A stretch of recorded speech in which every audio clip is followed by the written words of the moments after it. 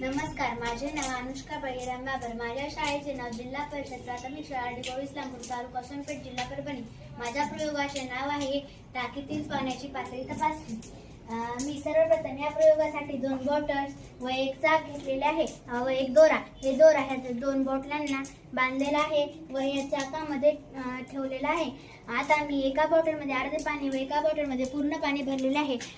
पूर्ण पाणी भरलेली बॉटल टाकीमध्ये सोडलेली आहे व अर्धी बॉटल खाली सोडलेली आहे. मी येथे मार्किंग करून घेतलेले आहे. येथे 20 लिटर पाणी, येथे 15 लिटर पाणी, येथे 10 लिटर पाणी, येथे 5 लिटर पाणी आणि येथे 0 लिटर पाणी. आता मी तुमच्यासमोर प्रयोग सादर करून दाखवणार आहे.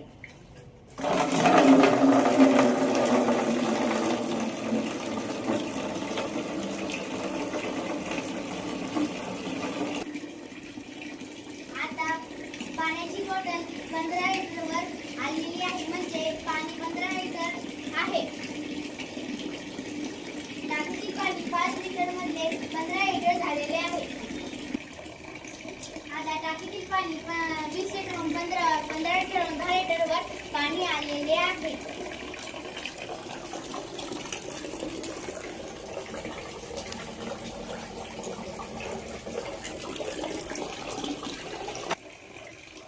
आता टाकीतील पाणी 10 लिटरहून 5 लिटरवर झालेले आहे. जसे जसे पाणी आता कमी कमी होत जाणार आहे.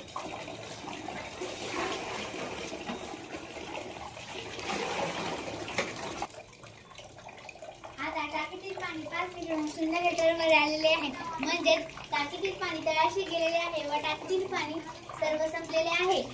या प्रयोगाचा वापर आपण मोठ्या इमारतीवरील टाक्यांसाठी करू शकतो, म्हणजेच टाकीतील पाण्याची पातळी समजण्यासाठी याचा आपण वापर करू शकतो.